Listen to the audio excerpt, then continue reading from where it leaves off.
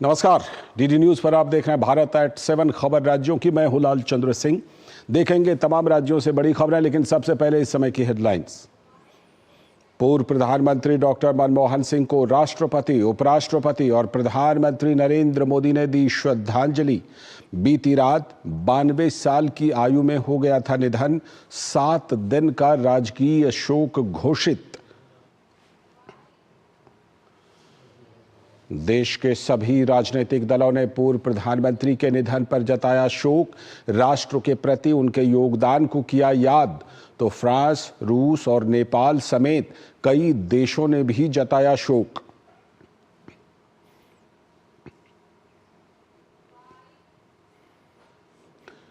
छब्बीस 11 मुंबई हमले का वांछित जमातुद्दावा और लश्कर से जुड़ा अंतर्राष्ट्रीय आतंकी हाफिज अब्दुल रहमान मक्की की मौत। दिल का दौरा पड़ने से लाहौर, पाकिस्तान में हुई मौत।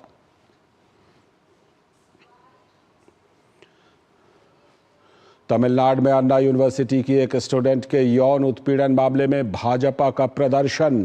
प्रदेश भाजपा अध्यक्ष के अन्नामलाई ने विरोध में खुद पर बरसाए कोड़े। 48 दिनों तक उपवास रखने और डीएमके को सत्ता से उखाड़ फेंकने तक जूते ना पहनने का किया ऐलान। और जम्मू कश्मीर, हिमाचल और उत्तराखंड में बर्फबारी। पश्चिमी विक्षोभ का दिल्ली एनसीआर में भी दिखा असर। सुबह से जारी है बारिश।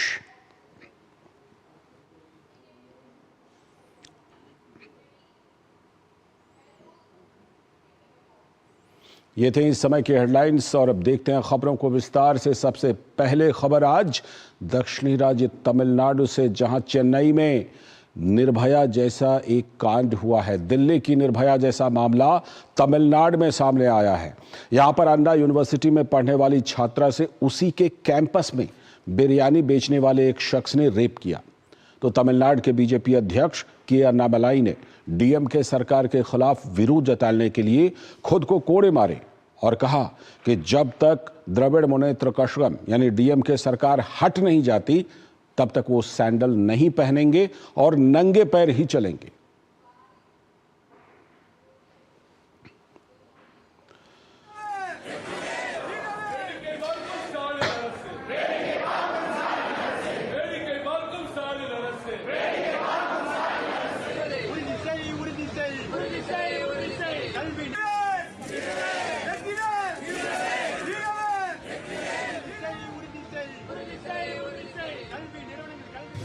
दिल्ली की निर्भया जैसा मामला तमिलनाडु से आया सामने। अन्ना यूनिवर्सिटी में पढ़ने वाली छात्रा से कैंपस में बिरयानी बेचने वाले ने किया रेप। तमिलनाडु बीजेपी ने राज्य में गिरती कानून व्यवस्था को बनाया बड़ा मुद्दा। भाजपा अध्यक्ष के अन्नामलाई ने डीएमके सरकार के खिलाफ विरोध कराया दर्ज। अन्नामलाई ने खुद को कोड़े मारे और चप्पल न पहनने की खाई कसम। अन्नामलाई ने डीएमके को सत्ता से उखाड़ने का लिया प्रण। अन्नामलाई ने कहा, खुद को कोड़े मारना और कठिन अनुष्ठानों से गुजरना तमिल संस्कृति का हिस्सा। इस बीच पुलिस ने अन्ना यूनिवर्सिटी में रेप के आरोपी को किया गिरफ्तार। भाजपा का आरोपी पर दर्जनों आपराधिक मुकदमे दर्ज, लेकिन कभी कार्रवाई नहीं हुई। तमिलनाडु में अन्ना विश्वविद्यालय की एक छात्रा के यौन उत्पीड़न के मामले में भाजपा का विरोध प्रदर्शन जारी है। भाजपा प्रदेश अध्यक्ष के अन्नामलाई ने अन्ना विश्वविद्यालय में न्याय की मांग करते हुए खुद को कोड़े से पीटा।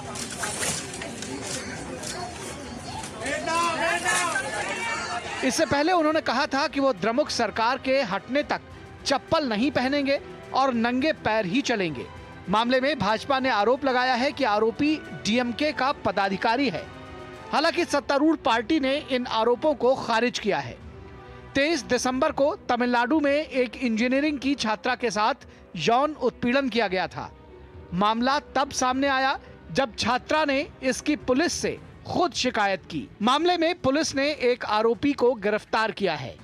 37 वर्षीय आरोपी यूनिवर्सिटी परिसर के पास बिरयानी बेचता है। इस रेप ने चेन्नई में रह रही महिलाओं की सुरक्षा को लेकर बड़ा सवाल खड़ा कर दिया है। अन्ना यूनिवर्सिटी मामले में एक नया मोड़ सामने निकल के आ रहा है। इसमें जानकारी मिल रही है कि जिस आरोपी शख्स को चेन्नई पुलिस ने गिरफ्तार किया है, उसकी 3 बीवियाँ थी और उनमें से एक अन्ना यूनिवर्सिटी कैंपस में काम करती थी। तो ये इससे एक चीज़ समझ में आती है कि क्या ये भी एक कारण हो सकता है कि उस आरोपी व्यक्ति को अन्ना यूनिवर्सिटी में एक्सेस की सुविधा मिली हुई थी, उसकी पत्नी की वजह से मिली हुई थी। तो अब जांच में आगे देखना है कि क्या होता है, क्या आगे निकल कर गया होता है। Ritesh Ranjan, DD news, Chennai. तो निश्चित तौर पर यह बहुत ही चिंताजनक खबर है और इससे बिल्कुल तमिलनाडु में असर पड़ रहा है। और अब बात करेंगे सांस्कृतिक महोत्सव महाकुंभ की तैयारियों की। भारत में महाकुंभ का मेला हर 12 साल में एक बार आयोजित होता है और इस मेले में देश दुनिया से करोड़ों श्रद्धालु आस्था की डुबकी लगाने के लिए पहुंचते हैं। तो यूपी सरकार द्वारा जोर शोर से तैयारियां चल रही हैं और भारतीय रेलवे की ओर से भी श्रद्धालुओं के लिए कमर कस ली गई है। रेलवे द्वारा प्रत्येक जोन से महाकुंभ स्पेशल ट्रेन का संचालन किया जाएगा। संगम की धरती पर विश्व का सबसे बड़ा आध्यात्मिक और धार्मिक मेला महाकुंभ। महाकुंभ को दिव्य और भव्य बनाने को लेकर युद्ध स्तर पर चल रही है तैयारियां। मेले में 13 अखाड़ों से जुड़े साधु संतों का मेला क्षेत्र में आने का सिलसिला शुरू।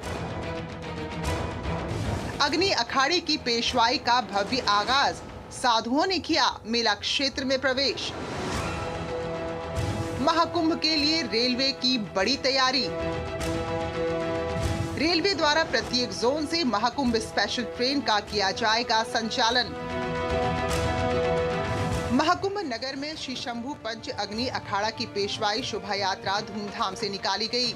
शोभा यात्रा में हाथी, घोड़ा और ऊंट के साथ दर्जनों रथ और चांदी के हौदों पर सवार होकर मंडलेश्वर, महामंडलेश्वर, जगत गुरु और साधु संत सुलेम सराय से शुरू होकर हिम्मतगंज, लुकरगंज, खुलदाबाद चौक, बहादुरगंज, कीटगंज होते हुए कुंभक नगर क्षेत्र पहुंचे, जहां पर मेला अधिकारियों ने संतों को माला पहनाकर उनका स्वागत किया। इस पेशवाई का नेतृत्व स्वामी रामकृष्णानंद श्री शंभू पंच अग्नि अखाड़ा ने किया।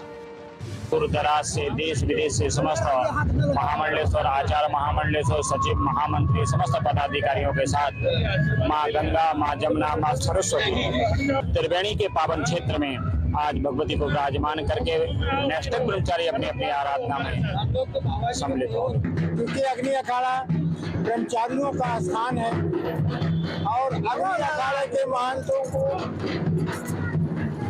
पूजा पद्धति का पूरा ज्ञान होता है और उस पद्धति से वो पूजा वेदों के मंत्रों द्वारा पूरी तरह से अपने आवाज का करते हैं। बता दें कि पेशवाई में अखाड़े के नागा संत आकर्षण का केंद्र बने रहे।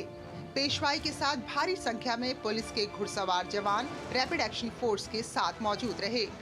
पूरे रास्ते पेशवाई का दर्शन करने के लिए भक्तजन सड़क के दोनों तरफ हाथ जोड़कर साधु संतों पर पुष्प की वर्षा कर उनका स्वागत कर रहे थे। सोमेश्वरानंदगिरी महाराज ने बताया कि पेशवाई सदियों से निकालने की परंपरा है। हम लोग अनंत माधव मंदिर चौफटका से आज हमारी पेशवाई का प्रारंभ हुआ और अपने वेद माता गायत्री जो हमारी अग्नि अखाड़े की इष्ट देवी है उनको लेकर हम आज छावनी में कुंभ मेला शिविर जो हमारा है सेक्टर 20 में वहाँ प्रवेश कराएंगे और हमारी वेद माता गायत्री आज वहाँ स्थापित हो जाएगी। आज से हमारे सारे पूजा पाठ यज्ञ हवन कार्यक्रम आरंभ हो जाएंगे। प्रयागराज महाकुंभ के आयोजन की तैयारियों को लगातार गति दी जा रही है। इस आयोजन को लेकर प्रदेश की योगी आदित्यनाथ सरकार से लेकर केंद्र की मोदी सरकार जुटी हुई है। महाकुंभ में श्रद्धालुओं को लाने और सुरक्षित घरों तक पहुंचाने की योजना बनाई गई है। भारतीय रेलवे के सभी जोन से विशेष ट्रेनें श्रद्धालुओं के लिए चलाई जा रही हैं। रेल भी अधिक से अधिक बेहतर प्लानिंग करते हुए अधिक संख्या में ट्रेन चला सके, अधिक कम टाइम गैप के साथ और लोगों को ज्यादा से ज्यादा बेहतर सुविधाएं देते हुए चला सके, इसके लिए हम लोग अपने जो स्टेशन है उन पे कंट्रोल का निर्माण करते हैं। वेस्टर्न रेलवे ने जैसे कुंभ मेला की जैसा आती है, कुंभ मेला जैसा शुरुआत होती है, तब वेस्टर्न रेलवे ने टोटल ओवरऑल वेस्टर्न रेलवे ने 98 सर्विसेज चला रही है वेस्टर्न रेलवे। उसमें से 98 में से 34 सर्विसेज जो है वो अहमदाबाद डिवीजन चला रही है। प्रयागराज में अब तक के सबसे बड़े महाकुंभ की मेजबानी की तैयारी चल रही है। इस महा आयोजन में 40 करोड़ से अधिक श्रद्धालुओं के आने की उम्मीद है। Bureau report, DD news. और अब बात करेंगे छत्तीसगढ़ निकाय चुनाव की। राज्य में होने वाले नगरीय निकाय चुनाव की तैयारियां जोरों पर हैं। राज्य सरकार ने नगर निगम और नगर पालिका परिषद में महापौर पद के प्रत्याशियों के लिए खर्च की सीमा तय कर दी है। तो देखिए डीडी न्यूज के संवाददाता सोमेश पटेल की छत्तीसगढ़ से ये खास रिपोर्ट। छत्तीसगढ़ में एक साथ हो सकते हैं पंचायत निकाय चुनाव। महापौर का चुनाव प्रत्यक्ष प्रणाली से होगा। महापौर के उम्मीदवारों के लिए अधिकतम खर्च की सीमा तय। 5 लाख से अधिक जनसंख्या पर 25 लाख रुपए खर्च की सीमा। छत्तीसगढ़ में पंचायत और नगर निकाय चुनाव को लेकर तैयारियां तेज हो गई हैं। माना जा रहा है कि राज्य सरकार पंचायत और नगरीय निकाय चुनाव एक साथ करवा सकती है। राज्य सरकार की ओर से जारी हुई अधिसूचना में बताया गया है कि प्रत्याशी कितने रुपए चुनाव में खर्च कर सकते हैं।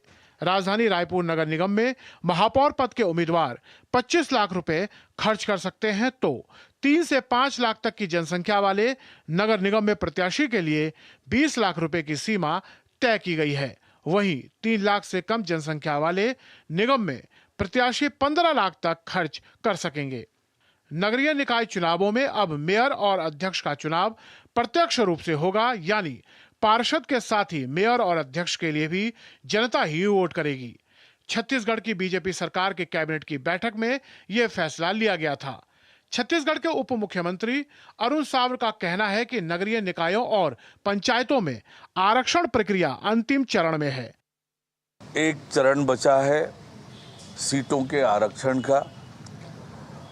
उसको लेकर नगरीय निकाय विभाग और पंचायत विभाग दोनों एक्सरसाइज कर रहे हैं। मैं उम्मीद करता हूं कि बहुत जल्दी आरक्षण की प्रक्रिया के तुरंत बाद चुनाव आयोग चुनाव का कार्यक्रम घोषित करेगा। राज्य में पंचायत चुनाव और नगरीय निकाय चुनाव एक साथ होंगे या नहीं, इसे लेकर राज्य सरकार ने आईएएस ऋचा शर्मा की अध्यक्षता में पंचायत निकाय चुनाव एक साथ कराने के लिए 5 सदस्यीय कमेटी बनाई थी। कमेटी ने भी एक साथ चुनाव कराने की अनुशंसा की थी। इसी कड़ी में नगरीय प्रशासन एवं विकास विभाग मंत्रालय ने अधिसूचना जारी कर नगर पालिका निगम, नगर पालिका परिषद और नगर पंचायतों में महापौर अध्यक्ष पद के प्रत्याशियों के लिए खर्च की अधिकतम सीमा तय कर दी गई है। नगर निगमों के लिए जनसंख्या के आधार पर 15 लाख से 25 लाख तक का खर्च की सीमा तय की गई है। इसके अलावा नगर पालिका के लिए 8 से 10 लाख और नगर पंचायत के लिए 6 लाख की सीमा तय की गई है। Somesh Patel, DD news, Chhattisgarh. आगे हम आपको दिखाएंगे कि आने वाले साल में मध्य प्रदेश सरकार की क्या प्राथमिकताएं रहेंगी, लेकिन फिलहाल वक्त है एक छोटे से ब्रेक का।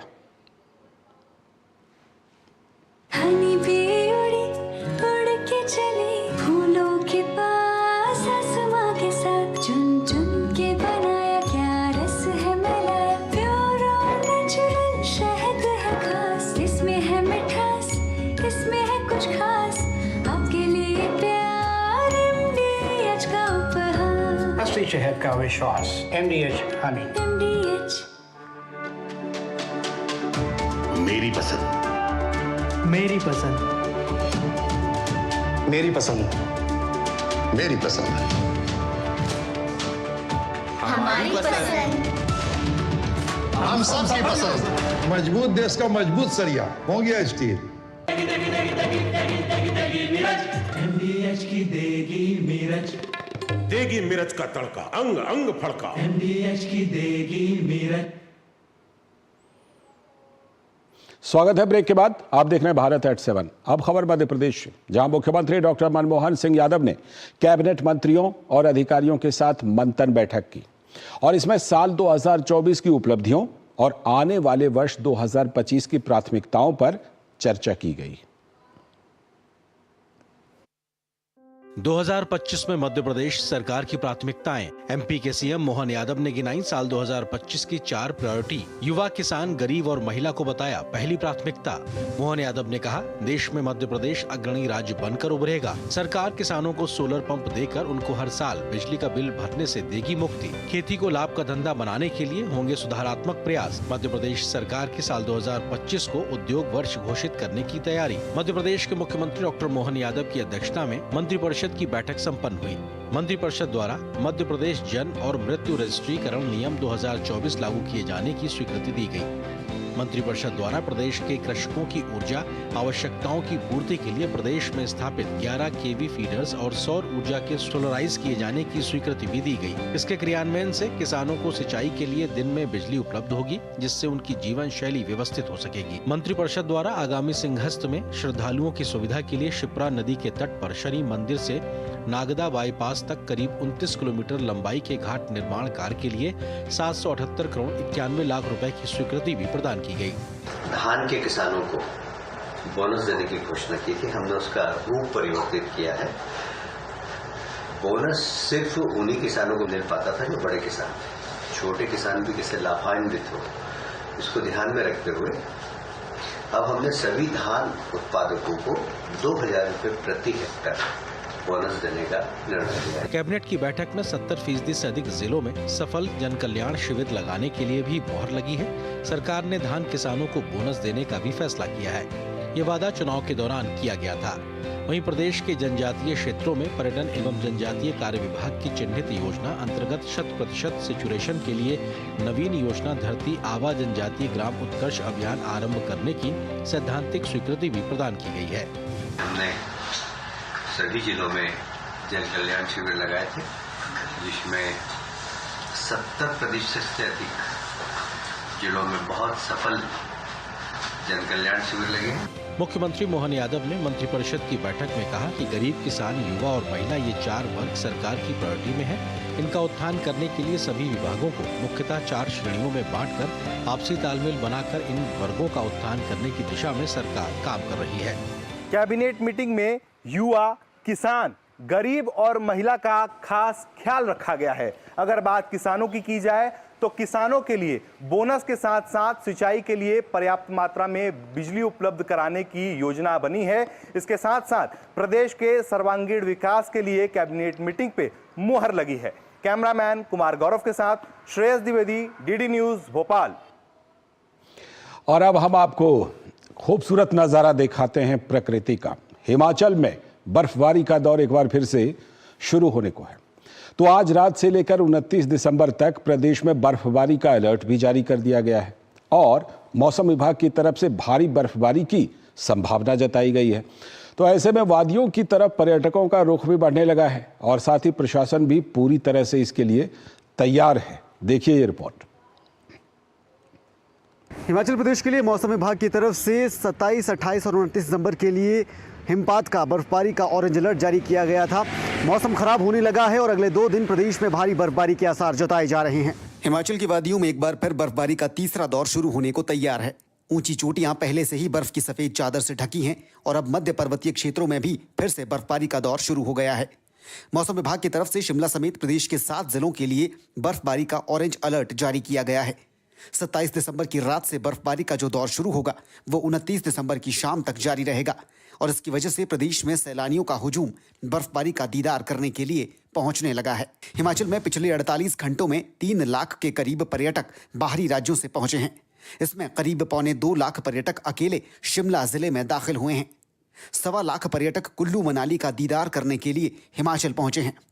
मौसम विभाग ने कल और परसों भारी बारिश का ऑरेंज अलर्ट जारी किया है। सिरमौर जिला है, सोलन है, साथ ही साथ जो शिमला है और उसके साथ जो किन्नौर जिले हैं वहाँ पे आज सुबह से ही हल्के स्तर की बारिश का दौर चालू हो चुका है और वहीं पे जो ऊंचाई वाले स्थान है वहाँ पे भी लाहौल स्पीति और किन्नौर में भी और उसी के साथ पश्चिमी हिमाचल प्रदेश में किन्नौर और चंबा में भी हल्के स्तर की बर्फबारी का दौर सुबह से चालू है। सैलानियों को जहां इस बर्फबारी से वादियों में सफेद चादर का दीदार करने का मौका मिल रहा है तो वहीं स्थानीय जनजीवन पर भी इसका असर पड़ रहा है। हाल ही में हुई बर्फबारी से प्रदेश में 100 से ज्यादा सड़क मार्ग बंद हो गए थे, जिन्हें काफी हद तक बहाल कर दिया गया है। लेकिन अगले 2 दिनों तक होने वाली बर्फबारी से दोबारा प्रदेश में हालात बिगड़ सकते हैं। साथ ही बर्फबारी से पेयजल और बिजली परियोजनाओं पर भी असर पड़ रहा है। उधर शिमला के नारकंडा, कुफरी और खड़ा पत्थर में दोपहर बाद से ही बर्फबारी का दौर शुरू हो गया है। शिमला उपायुक्त अनुपम कश्यप ने भी लोगों से इसे लेकर एहतियात बरतने की अपील की है। शिमला जिले में हमारे जितने भी सब डिविजनल मजिस्ट्रेट्स हैं वो अपने क्षेत्र में उसी प्रकार की बैठकें उन्होंने करके अपनी एक रणनीति बना के रखी है कि किस प्रकार से सड़कों को खुलवाना है, एहतियात के कौन से कदम उठाने हैं और क्या क्या पग जो हैं वो समय रहते लिए जाने हैं। बर्फबारी की आस में हिमाचल पहुंच रहे पर्यटकों के लिए मौसम बेहतरीन है, लेकिन आने वाले दिनों में शिमला और प्रदेश के अन्य जिलों के प्रशासन के लिए मुश्किलें बढ़ने वाली हैं। हालांकि नए साल से ठीक पहले 30 और 31 दिसंबर को मौसम साफ रहेगा, जिससे नए साल के जश्न में किसी तरह का कोई खलल नहीं पड़ने की संभावना जताई जा रही है। पिछले 48 घंटों में ही करीब 3 लाख के आसपास सैलानी जो है वो हिमाचल की सीमाओं में दाखिल हुए हैं और इसमें भी सबसे ज्यादा आंकड़ा करीब 2 लाख टूरिस्ट का सिर्फ शिमला में दाखिल हुआ है, जिसकी वजह से आने वाले दिनों में पर्यटन कारोबार प्रदेश का इस बर्फबारी की वजह से पीक पर पहुंचने के आसार जताए जा रहे हैं। शिमला से कैमरा पर्सन राकेश कुमार के साथ धर्म प्रकाश, डीडी न्यूज। तो हिमाचल में मौसम में ठंडक बढ़ गई है। ठंडक तो दिल्ली में बढ़ी है, लेकिन राजनीति गर्म है। देखेंगे इससे जुड़ी खबर। फिलहाल वक्त है एक ब्रेक का।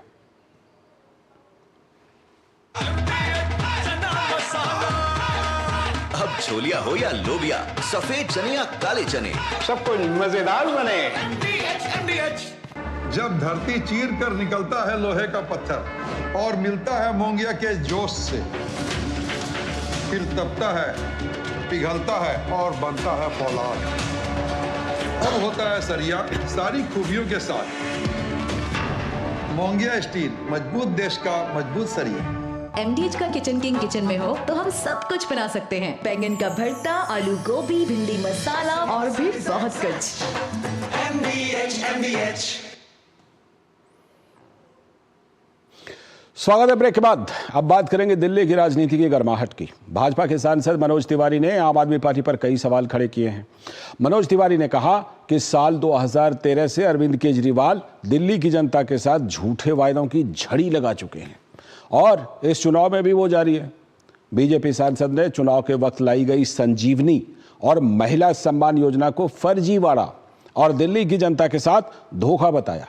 सांसद मनोज तिवारी से खास बातचीत की है हमारे संवाददाता धीरज कुमार ने। उत्तर पूर्वी जिले के सांसद मनोज तिवारी इस वक्त हमारे साथ बातचीत के लिए मौजूद हैं। दिल्ली में अभी सबसे बड़ा सवाल है संजीवनी योजना का, और जो हमने तहकीकात की है, जो हमने जानने की कोशिश की है कि मिस कॉल देख के फॉर्म भराया जा रहा है। ये फॉर्म क्या है? ये धोखाधड़ी का फॉर्म है।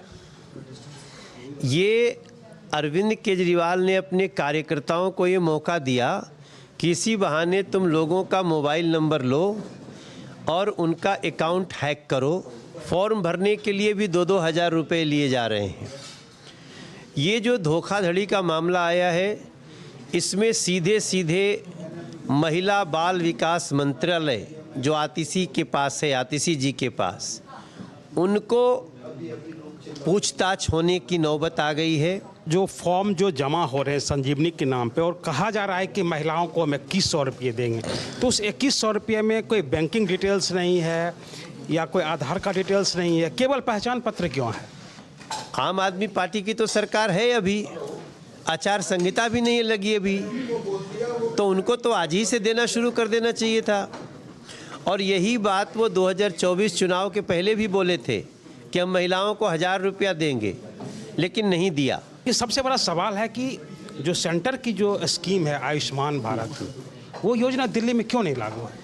आम आदमी पार्टी के जो मुखिया अरविंद केजरीवाल हैं, उनको लगता है ये जनता तक बात पहुंचेगी ही नहीं।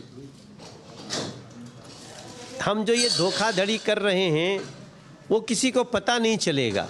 गरीबों को 5 लाख रुपया प्रति वर्ष फ्री इलाज के लिए, उसको जहां भी चाहे अस्पताल में इलाज करा के आए, मोदी सरकार दे रही है, लेकिन उसको तो आयुष्मान योजना को रोक रखा है अरविंद केजरीवाल ने। आम आदमी पार्टी के ऊपर अपने क्षेत्र के मुद्दों को लेकर आरोपों की एक झड़ी लगाई है, उसके मुख्य बिंदु क्या है? देखो, हमारे यहाँ गामड़ी रोड को चौड़ा करना है, PWD का काम है, वो उस पर कुंडली मार के बैठे, आगे नहीं बढ़ने देते हैं, कार्य रोकते हैं, सौतेला व्यवहार करते हैं। पानी लोगों को गंदा मिल रहा है, क्यों? बुजुर्गों का पेंशन बंद है, क्यों? राशन कार्ड नहीं बन रहे गरीबों का, क्यों? हमारे यहाँ लोगों के इलाज के लिए अच्छे अस्पताल नहीं है, क्यों? कैमरामैन जगमोहन प्रधान के साथ धीरज कुमार, डीडी न्यूज़, दिल्ली। तो केजरीवाल की इन दोनों योजनाओं पर न सिर्फ बीजेपी, कांग्रेस भी सवाल खड़े कर रही है, और सिर्फ राजनीतिक नेता ही नहीं बल्कि दिल्ली सरकार के विभाग भी सवाल खड़े कर चुके हैं। फिलहाल आज के भारत@7 में इतना ही। नमस्कार।